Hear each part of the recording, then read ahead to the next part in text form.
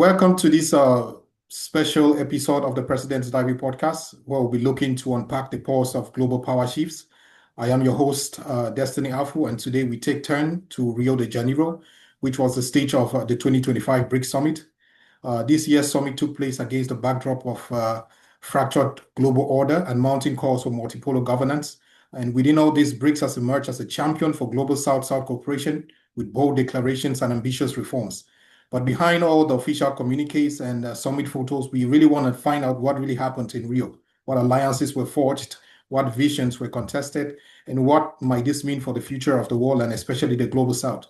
With me to decode the outcomes of this pivotal moment in history is my guest, Ambassador Sanjay Kumar Verma, joining in from New Delhi, India. Thank you, Ambassador. Ambassador Sanjay is a senior Indian diplomat with over 37 years in the Indian Foreign Service, currently serving as the chairman for the Research and Information Systems for Developing Countries, which is a premier think tank on international economic and development policy.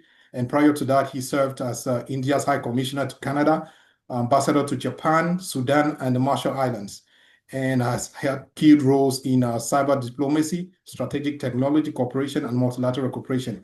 It brings in an in-depth expertise in diplomacy, innovation, and global governance. Ambassador Sanjay, welcome to the program today. Thank you so much. I'm delighted to be here.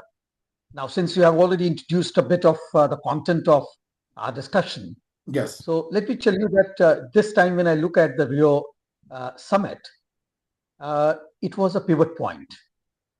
And the reason why I'm saying so is that the group expanded, yes, and that's very much for all of us to see. But what it did was that it provided real teeth to the platform. Mm. And that was the most important outcome as far as I'm concerned, and the way in which I look at it. The summit also delved into concrete delivery on payments, on climate finance, on digital rules, on food security, counterterrorism. And then finally, it offered real working alternatives of various global architectures that we know as of today.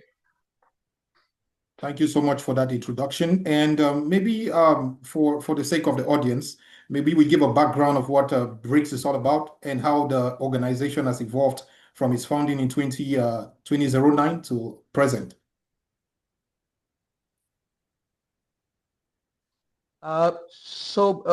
BRICS was basically formed by, first of all, BRIC to start with. That is Brazil, Russia, India, China. And South Africa joined in later on. So then it became BRICS from BRIC. And it was largely for the voice of the developing countries. At that time, the traction for Global South was not as much as it is today.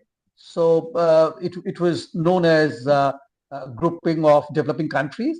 And the main purpose was to challenge the existing global order through advocacy and through voicing the opinion of this group of countries. But slowly it started evolving into a platform where other countries of Global South also joined in. And today, as we know, there are 12 members in BRICS. So BRICS has gone much beyond BRICS. And there are 12 BRICS plus countries, which is outreach countries, if I may call them. So at the moment, you're looking at 24 countries and organizations. But now let's get into the geopolitical shifts that characterize this year's summit. And how do you think the 2025 BRICS summit shifted the global balance of power, especially vis-a-vis Western-led institutions like the G7 and NATO?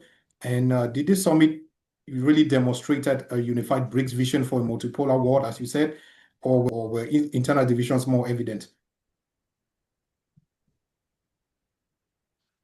So let me first start with the West-led institutions that you talked about, G7 and NATO in particular.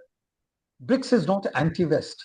BRICS is there to give another option for those countries who wish to join in the vision of BRICS.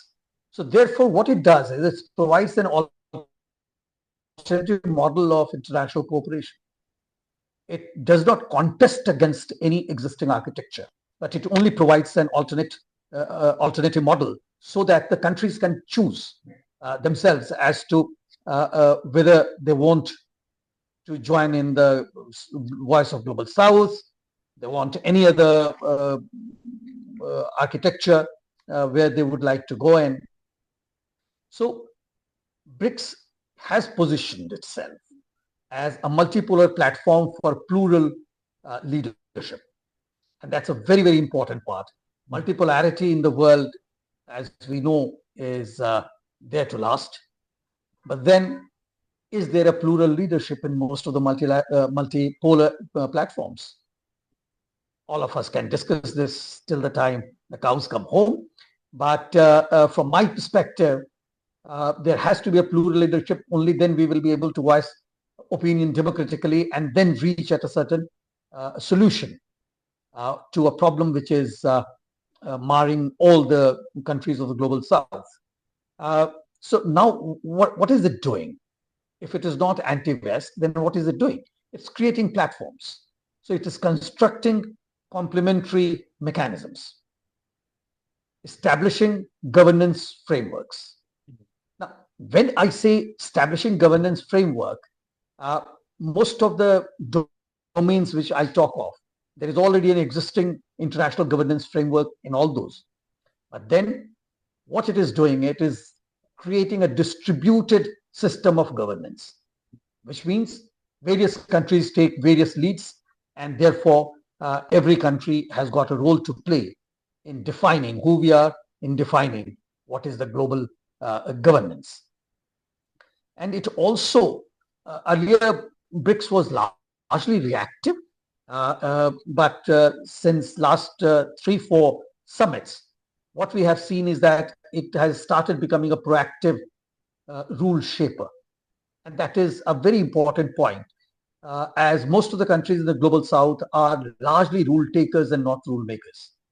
BRICS provides a platform wherein the countries of global south may be able to proactively shape the rule of global interaction and global engagement. At the same time, we understand the value of sovereignty, equality, and decentralization. And that is what I mentioned when I talked about distributed governance system. And when we look at it, then from the point of view of sovereignty, equity, and decentralization, some outcomes have come out in this summit, which are worth mentioning. And it ticks all the boxes of these conditions which I just mentioned. So one is the cross-border payment task force. So when we do trade, generally we are over-dependent on a global trading system known as SWIFT. Can we have an alternative mechanism, platform to SWIFT, wherein countries are more comfortable vis-a-vis the trade, they save cost, they maintain their sovereignty, equity, and decentralization in accordance to their own comfort level. Another one which was big in this summit was leader's statement on global AI governance. Now, this is the next big thing which is going to happen. It has already started happening. But at the moment, there is no global norm or standards of AI governance. And thirdly, which was extremely important, was counterterrorism strategy. It was not an easy task. Backroom was full of discussions. And counterterrorism is something, unless the country is safe, the country doesn't grow. Simple. So therefore, counterterrorism is very, very important factor to keep a country peaceful so that its citizens can achieve their ambition by doing the normal work rather than thinking about or concerning about their safety and security in the society. So once again, to wrap up, it is not against G7 or NATO, it is not against West, it is just trying to give options to those countries who would wish to take those options for new global architecture. And I just mentioned 3 of those global architectures where where BRICS is taking a lead. You also talked about demonstration of a multipolar world. So what BRICS want to do is not to seek convergence. not to seek conformity, I'm sorry, but to seek convergence, so that each country is comfortable. If we seek conformity, then it is equally applicable to everyone. But when we seek convergence, then the countries will have their own comfort level through which they can go for internal cohesion, depending on the convergence on issues. Now, when I talk about convergence, just look at a few outcomes which happened. And these all go to multipolarity, which you mentioned in the question. So there was a unified call for UN reforms, largely the UN Security Council, and especially mentioning about the permanent seats at the UNSC for India and Brazil, which are two members in the BRICS. There was a clear consensus on IMF and World Bank's restructuring, particularly regarding quotas and shareholding formulas. Then there was new platforms. I was talking about new initiatives. So there was new platforms launched, something like BRICS Grain Exchange, something like Multilateral Guarantee Initiative, something like Digital Public Infrastructure Focus Groups.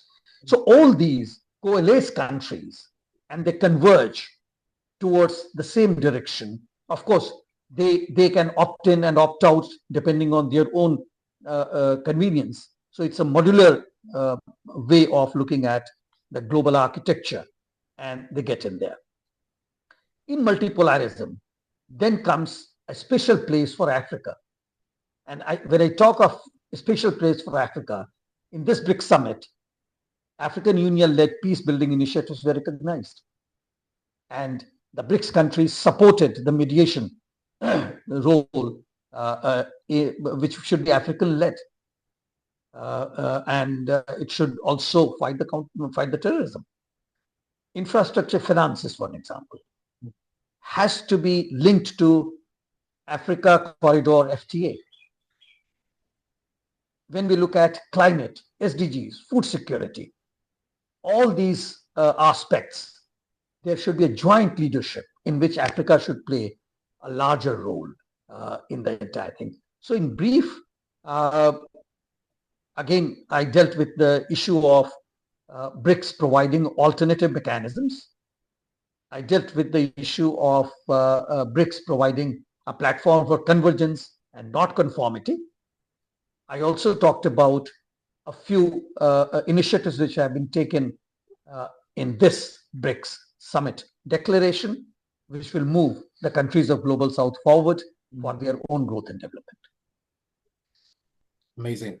Thank you for that. Now, I want us to look at the cooperation strategy of BRICS.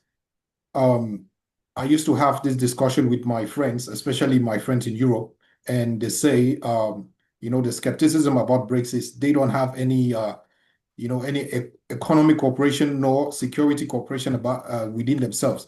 What I want to put, the question I want to put forward to you is, during the summit, do you think there was progress made towards deepened economic cooperation, especially with regards to the BRICS common currency?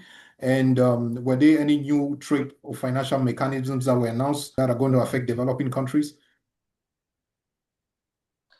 The discussion was on alternative payment mechanism. The discussion was not on a BRICS currency, so to say.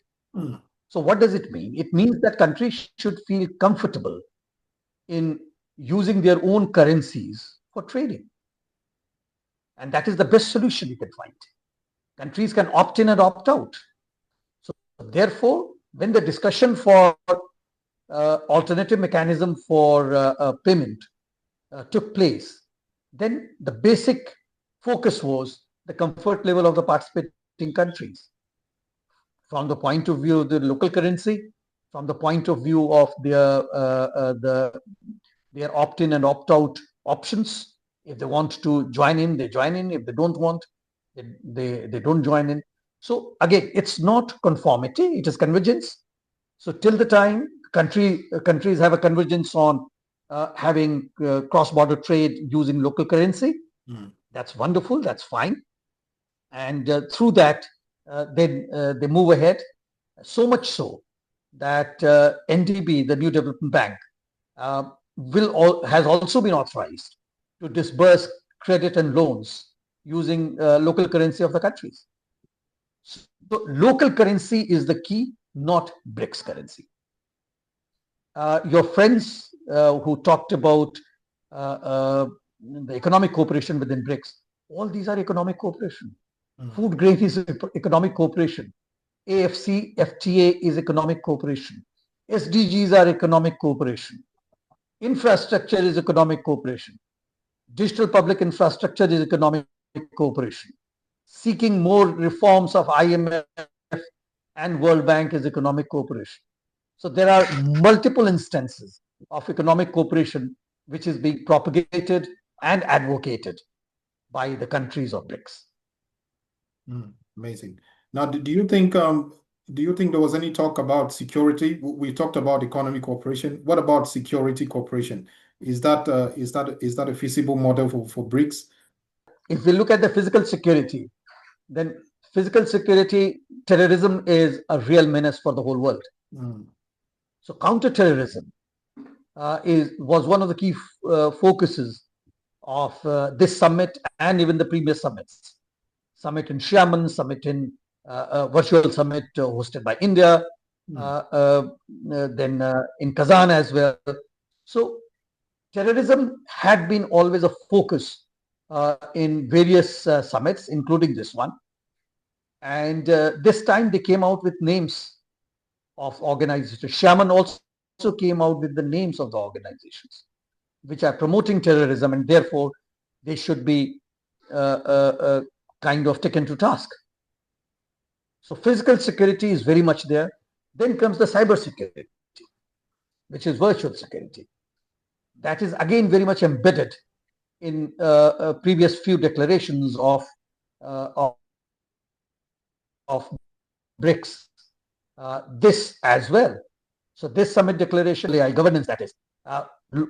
When we talk of global AI governance, it certainly has a cyber angle to that. So cyber security is embedded. Then comes climate security. So climate was very much a part of this declaration. And we are looking forward to having more and more projects on climate change affecting the populations to move towards a private positive direction. Then you have food security.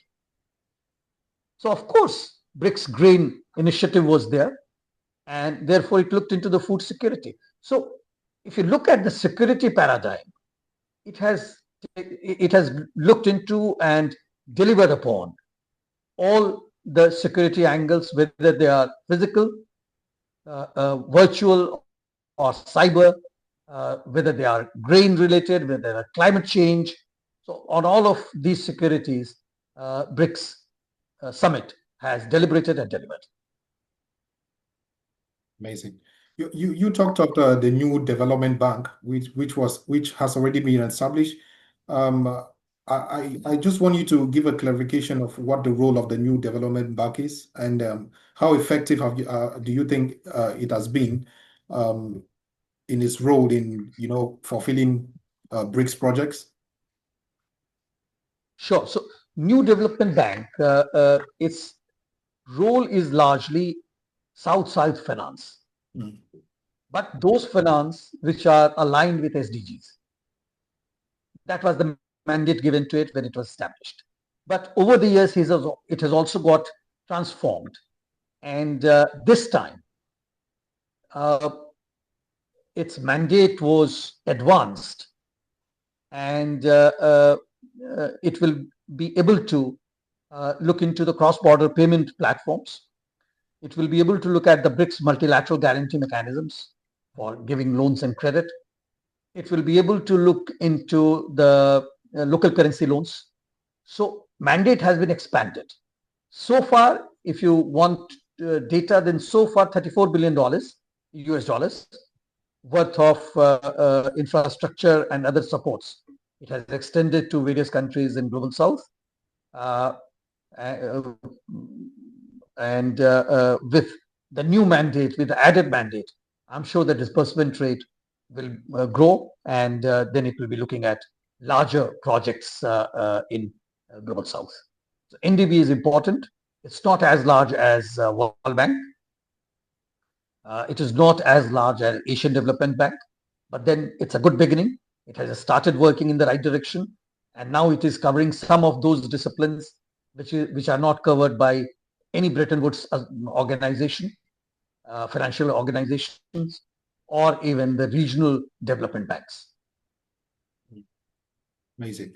Now, let's look at the aspect of trade within BRICS nations. I know during the summit, President Trump actually made an announcement that he was going to raise tariffs on BRICS countries or countries that align with the BRICS vision. And I just want to find out what trade mechanisms exist between BRICS nations. Were they new trade mechanisms or financial mechanisms announced during the summit? And how do they affect especially developing economies, especially in the global south? I should say Africa, where I'm from. So largely, BRICS doesn't have an FTA kind of an arrangement. It doesn't have a preferential trade arrangement either. So it follows the WTO rules. And BRICS is heavy on multilateralism. So it doesn't want to upset the WTO norms, but at the same time, it wants reforms of WTO so that it becomes more effective. Countries in BRICS, this time, for example, the local currency trade has been launched. It will take some time before we can actually see the result of it. And therefore, such initiatives will help BRICS nations to do trade amongst themselves more comfortably, avoiding the over-dependence on SWIFT. But I'm sure going ahead, there will be new focus on intra-BRICS trade to be elevated to a new level as well. Amazing. Now, do you think, what is the role, what do you think BRICS envision itself in reshaping institutions like the IMF, the World Bank, and the WTO? So if you look at IMF, their 17th review is pending. And it's largely about the quota. So quota has to be reviewed because the ground realities in the world has changed. There are new economic players which have emerged. And in fact, G7 is not the 7 largest economies anymore. So therefore, the ground realities have changed in the economic world. Ground realities have changed in the demographic world. Ground realities have changed in the SDG fulfillment aspects. So shouldn't we take into account the ground realities when we are deciding on the quota which IMF provides or the stakeholding formula which the World Bank provides? So therefore, there should be a reform to have more realistic connect for quotas in IMF and better stakeholding formula to be adopted by the World Bank. WTO, BRICS has always maintained that this is an immensely important platform. It needs reforms. No two views on that. Many institutions and organizations do need reform, and probably it will be a continuous reform. But then WTO is an essential part of the global trade, and its place should not be diluted.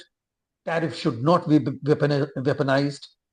People should not, those who are members of WTO, they should respect the principles of multipolarity promoted by WTO. Amazing. Now, okay, let's focus on the aspect of BRICS expansion. This year, I think there were about 9 additional members added to BRICS, if I'm not mistaken. What do you think the admission of these new BRICS members signal to the future of the direction and the identity of the bloc? And to what extent is BRICS becoming a platform for the Global South to assert its greater influence on the global world order? See, with 12 members and 12 outreach partners of BRICS, it is the largest South-South cooperation platform in any case. So it is the largest at the moment. if why should a country join an existing group?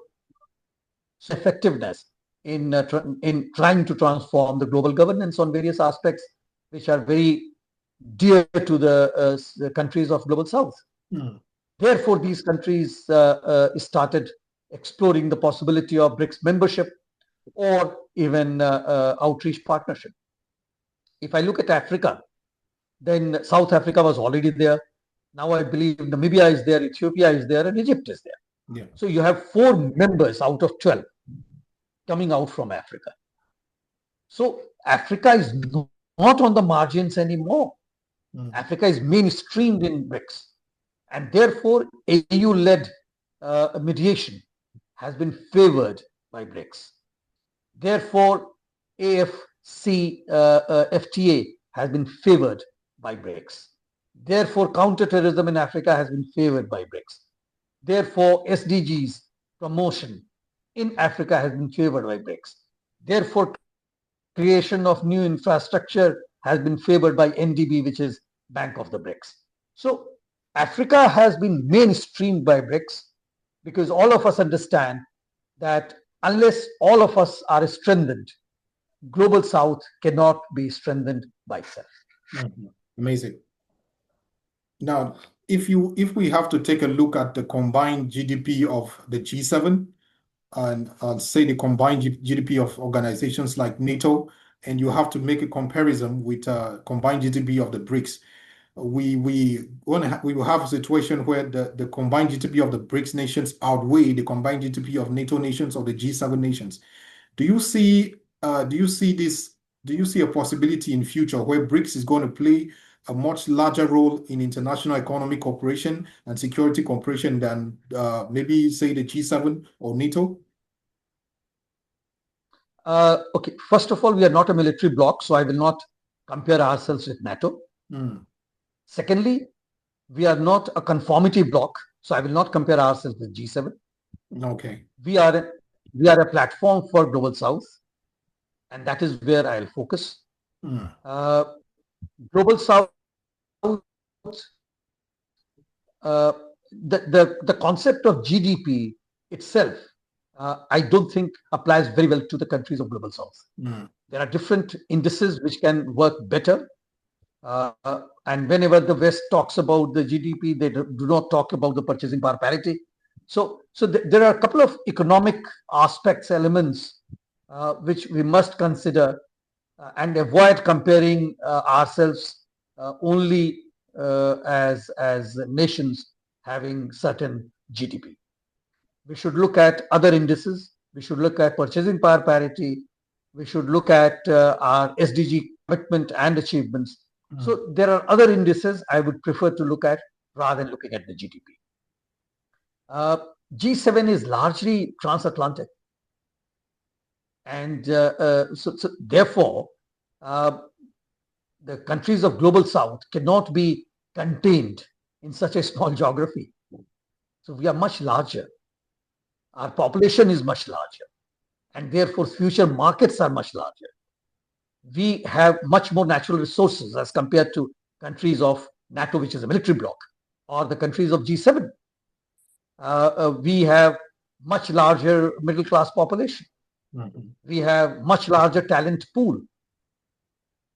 We are creating many more IPs, intellectual properties, as compared to G7 countries. So therefore, at the moment, if I look at other indices, in many of the indices, we are much advanced than G7 countries as a group. NATO, I'm not comparing because that's a military group, and BRICS is not. Amazing. Let's look at the future of BRICS. Maybe prior to the next summit in 2026, prior to the state of the world in 2030. Personally, what do you foresee for BRICS, and what do you foresee the role of BRICS to be in the next 1 year, that's 2026 before the next summit, and maybe in the next 5 years, that's by 2030? How do you think BRICS is going to transform the world? What role do you think BRICS is going to play in the world of multipolar governance? So 1 year is too little a time for international governance or global governance. But I'm sure that we will audit whatever we had promised in our declaration this time. So a major job for the next summit will be auditing. Okay. Second thing which I personally feel, since now we have expanded to 12 plus 12, and there are some other countries which also want to become members or outreach partners waiting in queue. So therefore, I think BRICS would do better to have a permanent secretariat so that the initiatives are followed up well into multiple years. At the moment, what happens is that each country is responsible to guide BRICS for a year, one summit to another summit. And therefore, the multi-year projects are not very much in focus of the presidency of that year. But that will have to be taken over by a permanent secretariat, a permanent team, which will not only keep following them up, but they will also keep adjusting, given the feedback of various initiatives, and then report back to the summit on the outcome of those initiatives and the adjustments that had been done. 5 years is still too short for global governance, but I'm sure you will see in 5 years some new initiatives coming in. You are looking at 5 summits. Every summit will have new initiatives planned. And what I look forward to is one, reforms of the international organization that will be key to BRICS advocacy. Reforms of Bretton Woods institutions, another key. Global AI governance, third area, food security, counterterrorism, climate change. So these would be some of, and of course, cross-border alternative payment system for cross-border trade. So these would be some of the very important aspects in which BRICS in 5 years' time would be looking at and delivering to the countries which are its members or waiting to be its members or outreach partners, and particularly delivering to the countries of Global South. So I think BRICS is going to intensify its efforts. United Nations has been there for a very long time. IMF and World Bank had been there for a long time. BRICS is still a toddler, and this toddler needs to grow up. And I think in 5 years we will see enough indications that BRICS have started making a difference in the world of economy, world of security, world of social development and growth, world of technology, world of infrastructure, world of energy security. So there will be new initiatives very soon. One will be able to see that. Ambassador Sanjay, thank you so much for your time and thank you so much for your insight. I understand you're a busy man, and unfortunately we have to end the episode now. So thank you so much for all your time and for all your contributions. Thank you so very much. All the best. Thank you so much.